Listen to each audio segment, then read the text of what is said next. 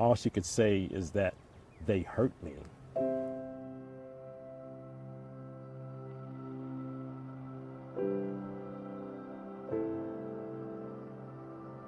And growing up in my small town, there wasn't a whole lot for us to do. So one evening, it was me and 4 of my male friends. I'm just calling my boys. We were driving in one car. We had 4 female friends that were going to this club in another car. As I was out there on the dance floor, you know, dancing with this young lady, one of my friends, they came and tapped me on the shoulder, and they said, hey, we're about to take one of our female friends who came in the other car, they were about to take her outside. And they asked me if I wanted to go. I'm like, what do you mean? And I took a look at my female friend, and it was obvious that she was drunk. And I turned to my friend, I'm like, you know, hey, I'm out here on the dance floor, I'm doing my thing, so I'll catch up with you guys later. And as I was walking out the club, my friend, she walked across my path. And I called out her name because I was gonna ask her, had she seen my boys? So as soon as I said her name, she kind of picked up her head. She had these big tears just rolling down her face. And I was like, you know, hey, what's wrong? You know, what happened? All she could say is that they hurt me. I'm like, you know, who hurt you? You know, what happened? And again, all she could say is that they hurt me. So in my mind, I'm like, hey, I've got to find my boys. I got to figure out what happened. And eventually I kind of found these guys kind of huddled together.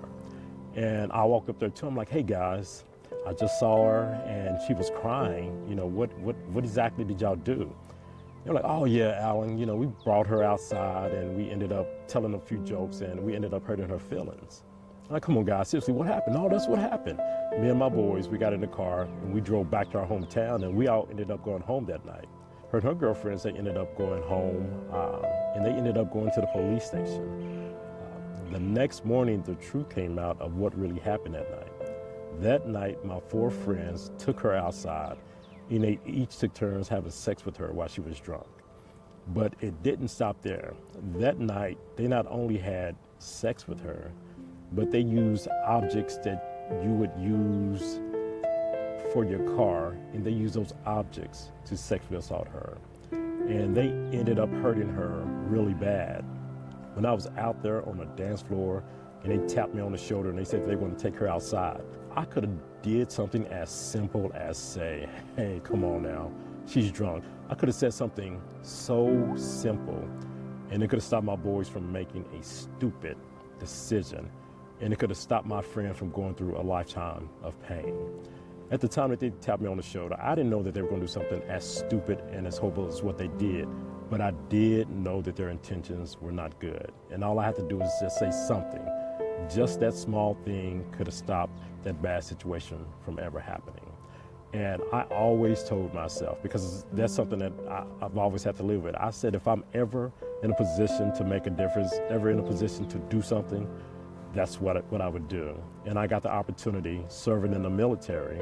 I got the opportunity to take on the role of being a SARC and making a difference. So for me, I will continue doing this job as long as I have the opportunity to do so, as long as I'm able to make a difference. So in the last 14 years of doing this job, I've had the opportunity, and I mean it truly, an opportunity to help hundreds of survivors of sexual assault. I've had the opportunity to educate thousands of individuals to try to help prevent this and kind of let people know that there's hope and there's help out there.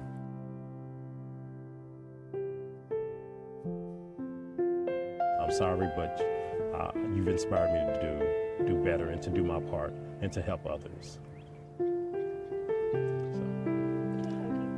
Hey! But yeah, so that's what I do.